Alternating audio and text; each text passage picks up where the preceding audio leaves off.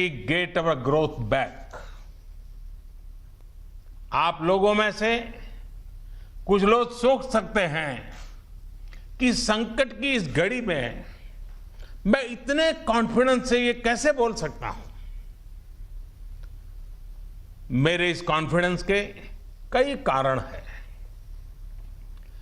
मुझे भारत की कैपेबिलिटीज और क्राइसिस मैनेजमेंट पर बहुत भरोसा है। मुझे भारत के टैलेंट और टेक्नोलॉजी पर भरोसा है। मुझे भारत के इनोवेशन और इंटेलेक्ट पर भरोसा है। मुझे भारत के फार्मर्स, एसएमईज, एंटरप्रेन्योर्स पर भरोसा है और मुझे भरोसा है इंडस्ट्री के लीडर्स पर, आप सभी पर। इसलिए मैं कह रहा हूं, yes, we will get our growth back.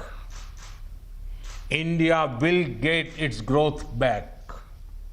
साथियों, कोरोना ने हमारी स्पीड जितनी भी धीमी की हो, लेकिन आज देश की सबसे बड़ी सच्चाई यही है कि भारत लॉकडाउन को पीछे छोड़कर अनलॉक फेज 1 में एंटर कर चुका है।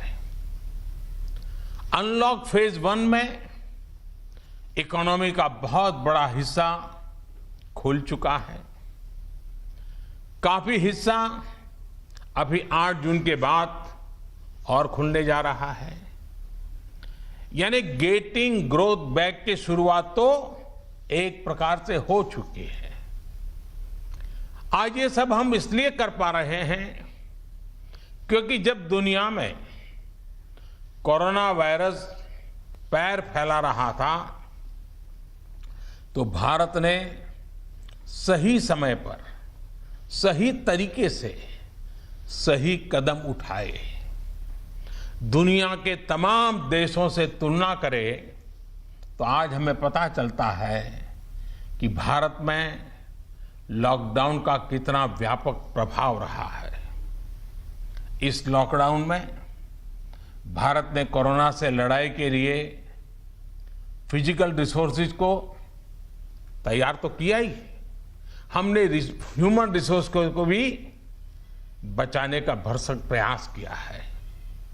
ऐसे में अब सवाल ये है कि इसके आगे क्या।